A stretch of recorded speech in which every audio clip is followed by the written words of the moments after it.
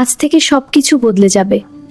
সে ভেবেছিল বিয়ে মানেই ভালোবাসা, শান্তি আর নিরাপত্তা, কিন্তু তার জীবনে শুরু হলো এক অজানা কষ্টের অধ্যায়। সে চেষ্টা করেছিল সব ঠিক করতে।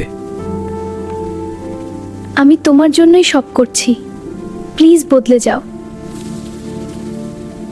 কিন্তু প্রতিদিন বাড়তে লাগলো অশান্তি, অবহেলা আর কষ্ট। তুমি আমাকে বুঝো না, আমি আর এইভাবে থাকতে পারবো না। আমি নতুন জীবন শুরু করতে চাই, তুমি আমার জীবনে নেই আর।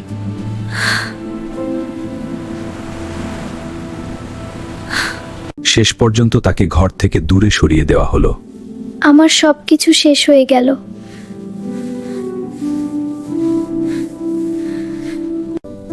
আমি কাউকে কিছু বলবো না, আল্লাহই আমার ভরসা।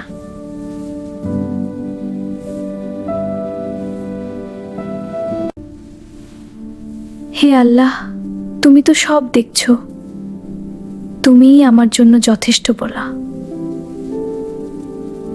দিন কেটে গেল, মানুষ অনেক কথা বলল, অনেক প্রতিশ্রুতি ভাঙল। লোকজন যা খুশি বলুক, আমি আর ভাঙবো না।